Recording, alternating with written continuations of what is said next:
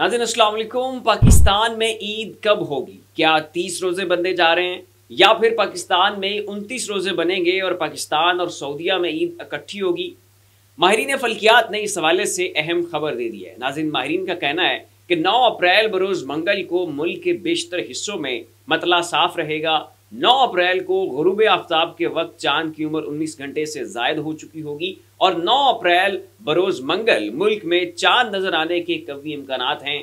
चांद नज़र आने का हतमी ऐलान तो रोयत हिलाल कमेटी की जानिब से किया जाएगा, लेकिन माहिरीन के बकौल पाकिस्तान में ईद उल फित्र 10 अप्रैल बरोज़ बुध को होने का इम्कान है और पाकिस्तान में 29 रोज़े बनेंगे, जबकि सऊदी अरब और मुत्तहिदा अरब अमारात में चांद नज़र नहीं आया और वहाँ 30 रोज़े बने हैं। तो ऐसे में पाकिस्तान और अरब रियासतों में इस दफ़ा ईद इकट्ठी होने का इम्कान है। नाज़रीन, आप सबको ज़ाविया चैनल की जानिब से एडवांस ईद मुबारक। हमेशा खुश रहें, आबाद रहें और जाते जाते चैनल को सब्सक्राइब ज़रूर कर दें ताकि ऐसी मज़ीद लम्हा व लम्हा अपडेट्स आपको बर वक्त मिलती रहें। शुक्रिया।